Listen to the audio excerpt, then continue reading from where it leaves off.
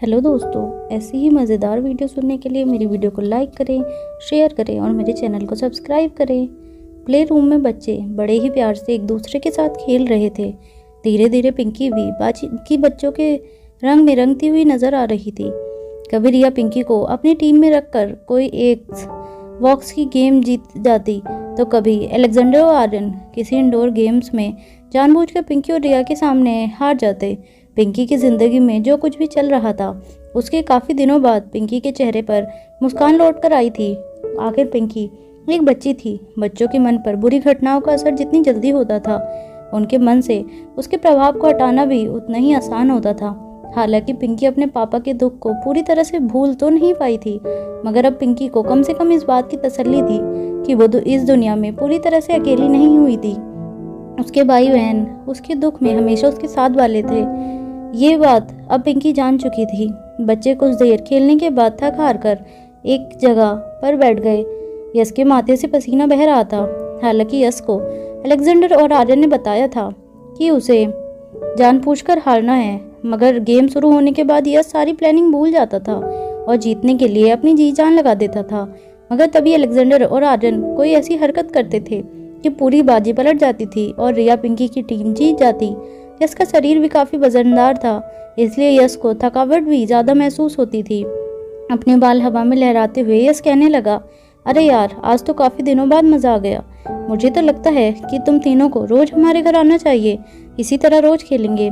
यश की बात सुनने के बाद अलेक्जेंडर और आर्यन एक दूसरे को देखने लगे। वो जानते थे कि चाहे वो कितनी भी कोशिश कर लें अपनी बहन पिंकी को इस हादसे से बाहर निकालने की, मगर रोज रोज गुलेरी हाउस आना उनके लिए भी पॉसिबल नहीं होने वाला था। अनिका की हालत, पढ़ाई का बोझ और एग्जाम की टेंशन होने के कारण ऐसा करना बहुत मुश्किल था।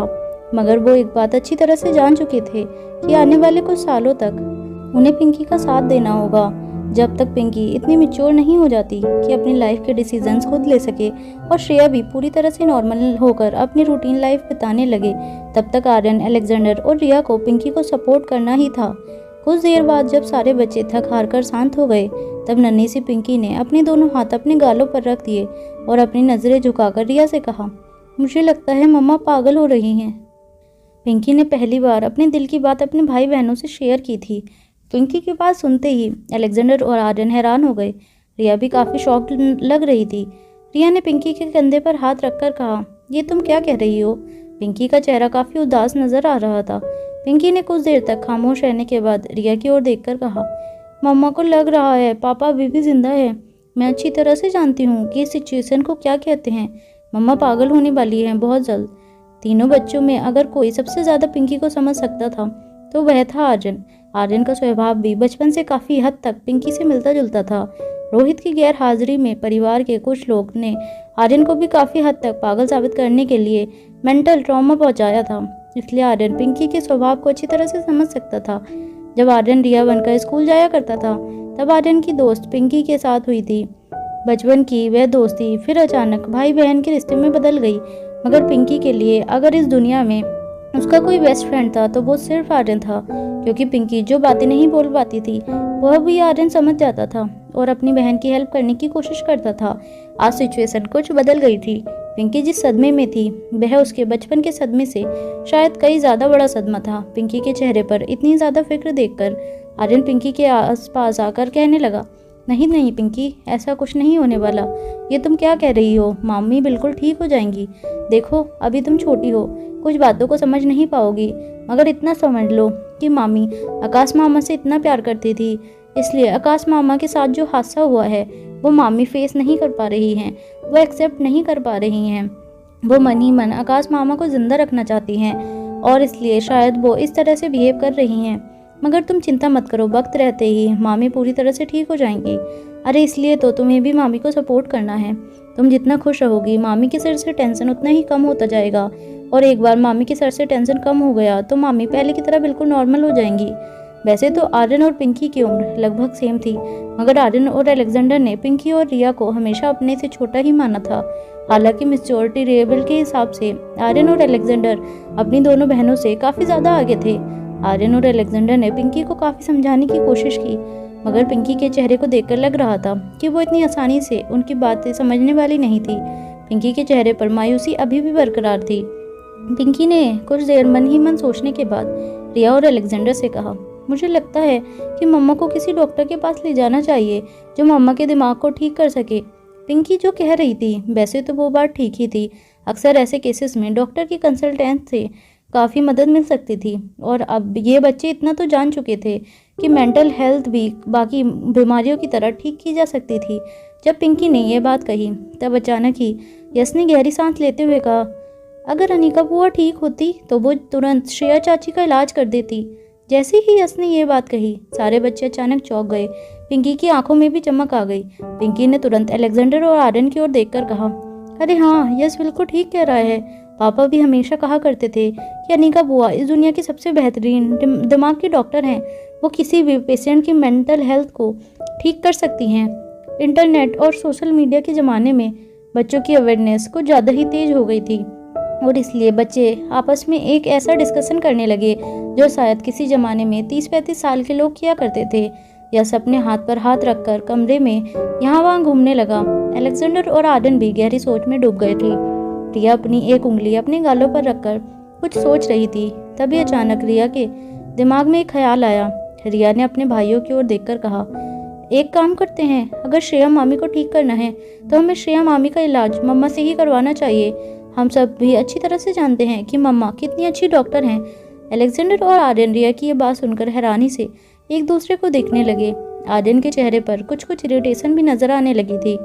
आर्यन ने रिया को दबी हुई आवाज में कहा, रिया, तुम सोचती नहीं हो बोलने से पहले? तुम जानती तो हो मम्मा की क्या कंडीशन है इस वक्त। ऐसी कंडीशन में मम्मा को खुद दिमाग के डॉक्टर की ज़रूरत है। वो कैसे किसी को ट्रीट कर सकती हैं? आर्यन ने ये बात रिया को गुस्से में कही थी। आर्यन का गुस्सा देखते ही रिया ने अपनी जगह से खड़ी होते हुए कहा।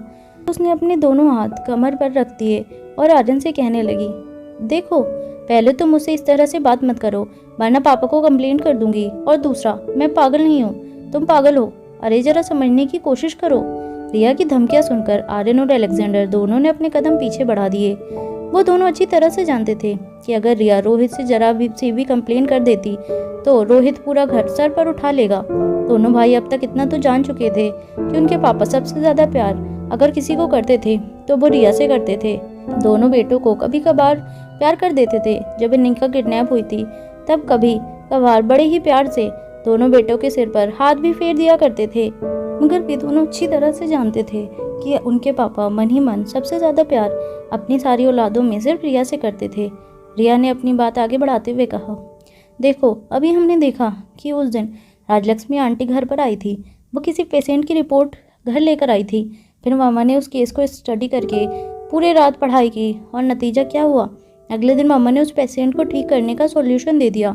मामा is genius, don't you know that? Riya की ये बात बिल्कुल सही थी। इस बार दोनों भाई कुछ ज़्यादा सीरियस होकर रिया की बात सुनने लगे। रिया ने धीरे धीरे यहाँ वहाँ चक्कर लगाते हुए सभी बच्चों से कहा, अगर हम मम्मा को कहते हैं कि वो दोबारा अपनी सारी पढ़ाई पूरी करें तो हो सकता है मम्मा फिर से पहले जैसी ही काबिल और इंटेलिजेंट डॉक्टर बन जाए और वो श्रेया मामी को बचा लें। रिया का ये आइडिया सुनकर सभी बच्चों के चेहरे पर चमक आ गई। रिया की ये प्लानिंग यश को बहुत अच्छी लगी। यश ने रिया के कंधे पर शाबाशी देते हुए कहा, क्या बात है, ये प्लानिंग तो ज़बरदस्त है, और अगर ऐसा हुआ तो चमत्कार हो जाएगा। दुनिया में इससे पहले ऐसा कभी नहीं हुआ। जरा सोचो, एक लड़की जिसकी याददाश्त खो चुकी है वो फिर से अपनी सारी पढ़ाई पूरी करती है। I mean, school, college, graduation, post graduation, और वो फिर से ज़िंदगी में वही काबिलियत और वही मुकाम हासिल करती है जो याददाश्त जाने से पहले थी। तो ये तो एक पिक्चर की स्टोरी बन जाएगी।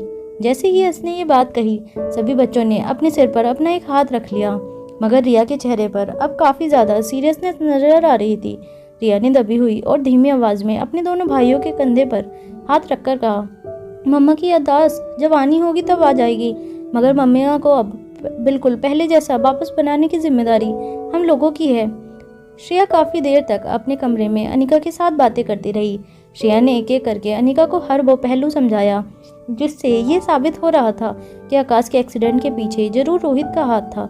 कैसे पिछले कुछ महीनों में Guleria group of industries Marwa group of industries को ओवरटेक करके नंबर 1 पोजीशन पर पहुंची थी। और उसके बाद किस तरह से अचानक आकाश का एक्सीडेंट हो जाता है और उसके बाद सारे के सारे कॉन्ट्रैक्ट एक एक करके मारवा ग्रुप ऑफ इंडस्ट्रीज अपने कब्जे में कर लेती है।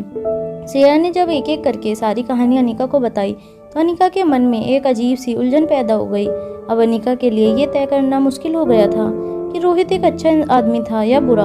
अनिका श्रेया की बात सुनने के साथ साथ यह भी ऑब्जर्व कर रही थी कि श्रेया बात करते वक्त बार बार पीछे मुड़कर किसी के साथ इशारों में बात कर रही थी। अनिका को श्रेया का यह बर्ताव भी काफी अजीब लग रहा था। उसकी समझ में नहीं आ रहा था कि जब सामने कोई खड़ा नहीं था तो श्रेया आखिर इशारे किसे कर रही थी। अनिका के चेहरे पर अब हैरानी बढ़ती जा रही थी।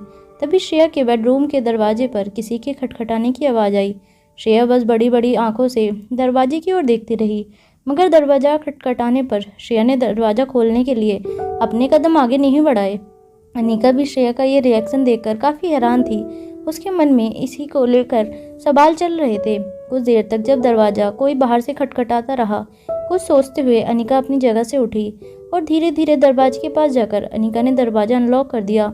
जब अनिका ने दरवाज़ा खोला तो उसने देखा कि नंदिनी दरवाजे पर खड़ी अनिका को देखकर मुस्कुरा रही थी। नंदिनी को इस तरह मुस्कुराते हुए देखकर अनिका ने भी हल्का सा मुस्कुरा दिया। कमरे के अंदर आकर नंदिनी ने अनिका को और श्रेया से कहा, दोनों सहेलियों की बात पूरी हो गई हो तो अब चले। नंदिनी के मुंह से ये सब सुनकर अनिका की समझ में नहीं आ रहा था कि वो क्या करे। एक तरफ तो सभी लोग ये कह रहे थे कि अनिका और श्रेया बेस्ट फ्रेंड थे और एक दूसरे के सुख दुख के साथी थे, और दूसरी ओर श्रेया अनिका से ये बता रही थी कि अनिका जिसे अपना पति समझ रही थी, दरअसल वो कोई सीधा साधा बिजनेसमैन नहीं था, बल्कि अनिका के भाई और श्रेया के पति का मर्डरर था। इस बात ने अनिका के दिमाग को घुमाकर रख दिया था। जैसे ही नंदिनी अनिका को लेकर कमरे से बाहर जाने लगी, श्रेया ने आवाज़ देते हुए अनिका से कहा, याद रखना तुम्हें मेरी मदद करनी होगी। श्रेया की बात सुनकर अनिका के चेहरे की घबराहट बढ़ने लगी थी। नंदिनी समझ नहीं पा रही थी कि आखिर श्रेया ने अनिका से किस मदद के बारे में बात की थी। श्रेया की आवाज़ सुनने के बाद अनिका अपनी जगह पर रुक गई और घूर घूर कर श्रेया की ओर देखने लगी। तभी नंदिनी ने अनिका के कंधे पर हाथ रखकर हल्के से उसकी पीठ थपथपाते हुए कहा, अनिका अब तुम्हें चलना चाहिए, तुम्हारे घर वाले नीचे तुम्हारा इंतजार कर रहे हैं। अनिका ने धीरे धीरे श्रेया से अपनी नज़रें हटाई और नंदिनी के साथ अपने कदम आगे बढ़ाने लगी। नंदिनी अनिका को नीचे लिविंग रूम में ले जा रही थी, मगर नंदिनी देख पा रही थी कि अनिका काफ़ी कन्फ्यूज़न में थी। अनिका के लिए ये दुनिया नई थी और दुनियादारी उसके लिए नई बात थी, मगर अब तक याददाश्त खोने के बाद इस छोटी सी जिंदगी में अनिका इतना तो समझ चुकी थी कि ज़िंदगी जीना इतना आसान नहीं होने वाला था। अनिका के चेहरे पर कन्फ्यूज़न देखकर नंदिनी ने अनिका से पूछा, क्या हुआ श्रेया, क्या मदद मांग रही थी तुमसे? नंदिनी के सवाल पर अनिका कुछ देर तक हैरानी से नंदिनी को देखती रही। अनिका नहीं जानती थी कि जो बात श्रेया ने उसे बताई थी वो उसे किसी और को कहना भी चाहिए या नहीं, क्योंकि अनिका की समझ में नहीं आ रहा था कि कौन सी बात सही थी और कौन सी गलत। वो तो बस वो सारी बातें मान लेती थी जो घर के लोग उसे कहते थे। उन्हीं बातों पर अनिका यकीन कर अपने रिश्ते निभाने की कोशिश करती। इस वक्त अनिका का दिमाग एक छोटे से बच्चे की तरह था, जिसे धीरे धीरे सब कुछ समझा में आ रहा था, मगर दुनियादारी की बातें, पॉलिटिक्स, कल बिहेवियर, ये सारी बातें अनिका से कोसों दूर थी। इसलिए नंदिनी की बात को बिना टाले नंदिनी के सवाल का जवाब देते हुए अनिका ने कहा, आकाश जिंदा है। अनिका ने जैसे ही ये कहा, अनिका के मुंह से ये बात सुनकर नंदिनी का चेहरा काफ़ी मायूस नजर आने लगा। नंदिनी ने अपनी नज़रें झुका ली और बड़ी धीमी और दबी हुई आवाज़ में नंदिनी ने अनिका से कहा, देखो अनिका, बात यह है कि आकाश अब हमारे बीच नहीं रहा। आकाश तुम्हारा भाई था और कुदरत के किए एक बहुत बड़े मजाक में आकाश हमेशा हमेशा के लिए हमसे छिन चुका है। आकाश एक कार एक्सीडेंट में मारा गया। आकाश को हम सब बहुत प्यार करते थे, तुम भी आकाश को बहुत प्यार करती थी, मगर श्रेया के लिए आकाश ही सब कुछ था, आकाश ही उसकी ज़िंदगी था। आकाश के चले जाने के बाद अचानक श्रेया के जीने का मकसद चला गया। श्रेया का दिमाग इस बात को एक्सेप्ट नहीं कर पा रहा है कि आकाश अब इस दुनिया में नहीं रहा, और इसलिए शायद अब श्रेया इस तरह की बातें कर रही है। नंदिनी ये भी नहीं जानती थी कि नंदिनी अनिका के साथ जो बातें कर रही थी वो इस वक्त इस मनस्थिति में अनिका समझ पाएगी या नहीं। नंदिनी ने जब अनिका का चेहरा देखा तो अनिका गहरी सोच में डूब गई। अनिका के चेहरे पर ज़्यादा शौक नज़र नहीं आ रहा था, जिससे नंदिनी ने यह अंदाज़ा लगा लिया था कि अनिका श्रेया की इस हालत के बारे में कुछ समझ पा रही थी। मगर साथ ही साथ अनिका के चेहरे पर और कई सवाल नजर आ रहे थे जो शायद वो नंदिनी से पूछना चाह रही थी, मगर वो मन ही मन ये डिसाइड नहीं कर पा रही थी कि उसे वो सवाल पूछना भी चाहिए या नहीं। नंदिनी ने अनिका के चेहरे पर परेशानी बढ़ते हुए देख अनिका के कंधे पर हाथ रखते हुए पूछा, क्या हुआ अनिका, क्या तुम मुझसे कुछ पूछना चाहती हो? नंदिनी का सवाल सुनकर अब भी अनिका की समझ में नहीं आ रहा था कि उसे वो सवाल पूछना भी चाहिए या नहीं, मगर अटकती हुई और झिझकती हुई आवाज में अनिका ने आखिरकार नंदिनी को एक सवाल पूछ ही लिया। अनिका ने नंदिनी से पूछा, आकाश को किसने मारा? अनिका के सवाल पूछते ही नंदिनी के चेहरे का रंग उड़ गया।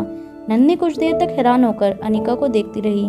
नंदिनी और अनिका के कदम तो आगे बढ़ रहे थे, मगर उनके चेहरे जैसे पूरी तरह से पत्थर बन गए थे। नंदिनी ने दबी हुई और हैरान आवाज में अनिका से पूछा, ये क्या कह रही हो तुम अनिका? आकाश का खून नहीं, आकाश का एक्सीडेंट हुआ था और एक्सीडेंट में उसकी जान गई थी। ये क्या कह रही हैं आप? क्या आकाश की मौत किसी की साजिश नहीं थी? अनिका ने नंदिनी से सवाल किया।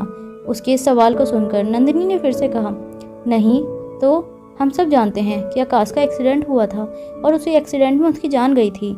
नंदिनी को इतनी कॉन्फिडेंस के साथ कहता देख अनिका सोच में पड़ गई। अनिका ने नंदिनी की यह बात सुनी तो अनिका के चेहरे पर कन्फ्यूजन बढ़ गया था। उसे समझ नहीं आ रहा था कि उसे किसकी बात माननी चाहिए, उस श्रेया की जो उसकी बेस्ट फ्रेंड थी और जिसकी आंखों में उसे मासूमियत दिखती थी, या फिर श्रेया के घर वालों की जो कहते थे कि आकाश का खून नहीं हुआ था बल्कि उसका एक्सीडेंट हुआ था और उसकी मौत के पीछे किसी का हाथ नहीं था।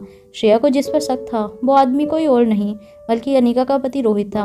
अनिका के लिए अब इस नए अवतार में यह डिसाइड करना बहुत मुश्किल हो गया था कि उसे उस दुनिया में किस पर भरोसा करना चाहिए और किस पर नहीं। नंदिनी ने फिर से दबी हुई और हैरान आवाज में अनिका से पूछा, क्या श्रेया ने तुमसे कुछ कहा? क्या श्रेया को शक है कि आकाश की जान किसी ने ली है? बताओ मुझे, क्या कहा श्रेया ने? नंदिनी का सवाल सुनकर अनिका मन ही मन कुछ सोचती रही। नंदिनी अनिका को बड़े ही ध्यान से देख रही थी।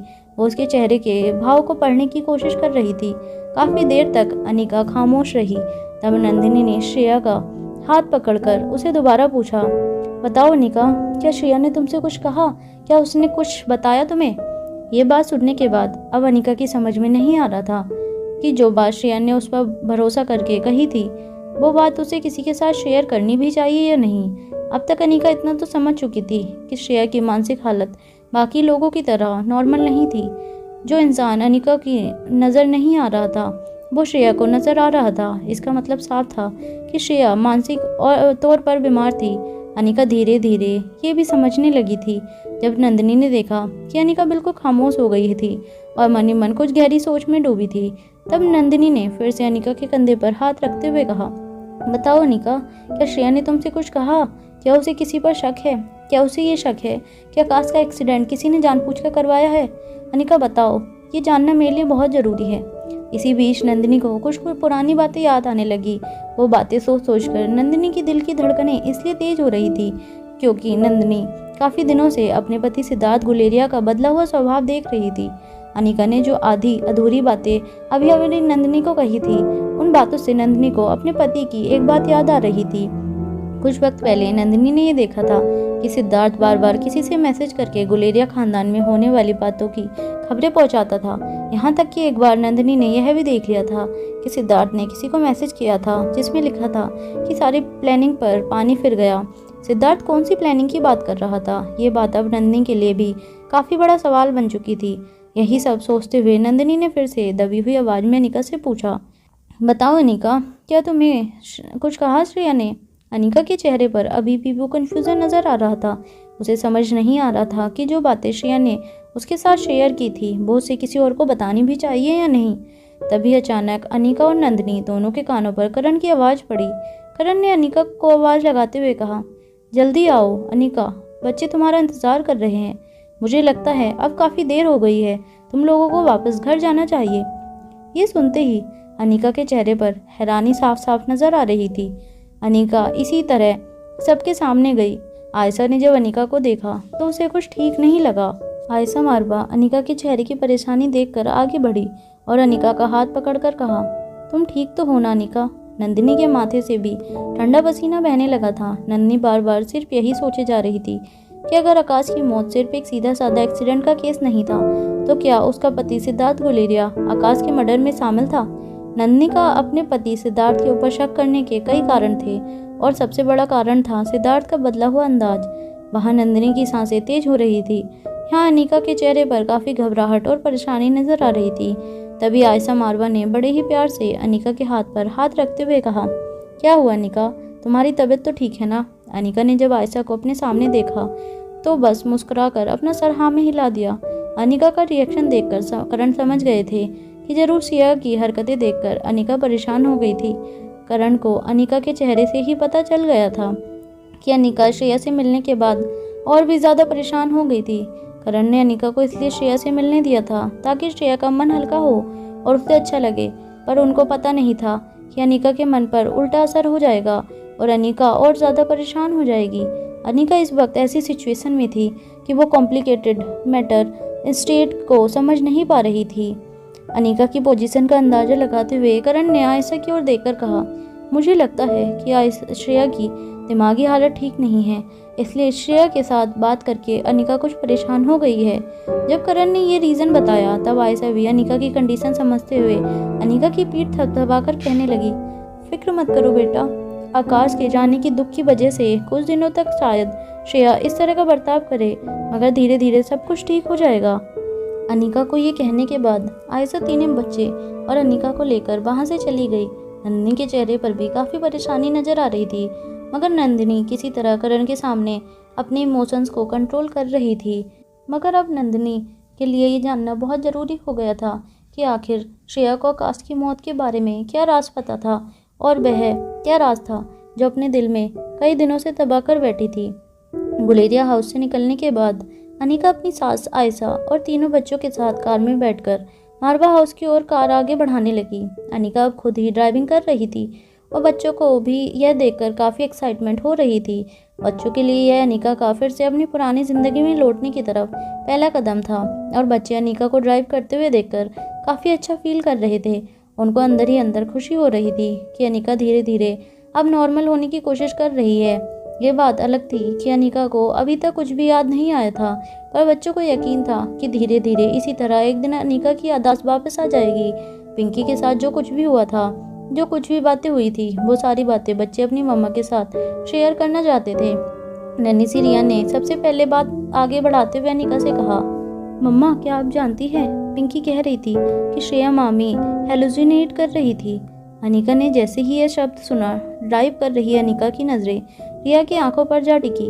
रिया ने अपनी बात आगे बढ़ाते हुए कहा, mamma I know that you are genius, इसलिए तुमसे ऐसी बात करना मेरे लिए काफ़ी ऑकवर्ड है, मगर मैं ये जानती हूँ कि अभी कुछ कुछ शब्द ऐसे होंगे जो शायद तुम्हारे लिए नए होंगे। ना कहने के बाद नन्ही सी रिया ने अनिका को देखा और फिर अपनी बात को आगे बढ़ाते हुए कहा, मम्मा क्या तुम जानती हो हेलुसिनेट का मतलब क्या होता है? अनिका की हालत अब उस छोटे बच्चे की तरह हो गई थी जिसे हर कोई आकर कुछ न कुछ सिखा कर चला जाता था। बचपन में हर बार हर शब्द अनिका ने रिया को सिखाए थे, मगर अनिका ने भी कभी सोचा नहीं होगा कि एक दिन ऐसा भी आ जाएगा जब उसे रिया से बेसिक चीज़ें सीखनी पड़ेंगी। रिया ने अपनी बात आगे बढ़ाते हुए कहा, श्रेया मामी अभी तक यह बात एक्सेप्ट नहीं कर पा रही हैं कि आकाश मामा इस दुनिया में नहीं रहे और इसलिए शायद श्रेया मामी आकाश मामा को अपने आसपास देख रही हैं। रिया की बातें सुनकर अनिका की कन्फ्यूज़न और भी ज़्यादा बढ़ गई थी।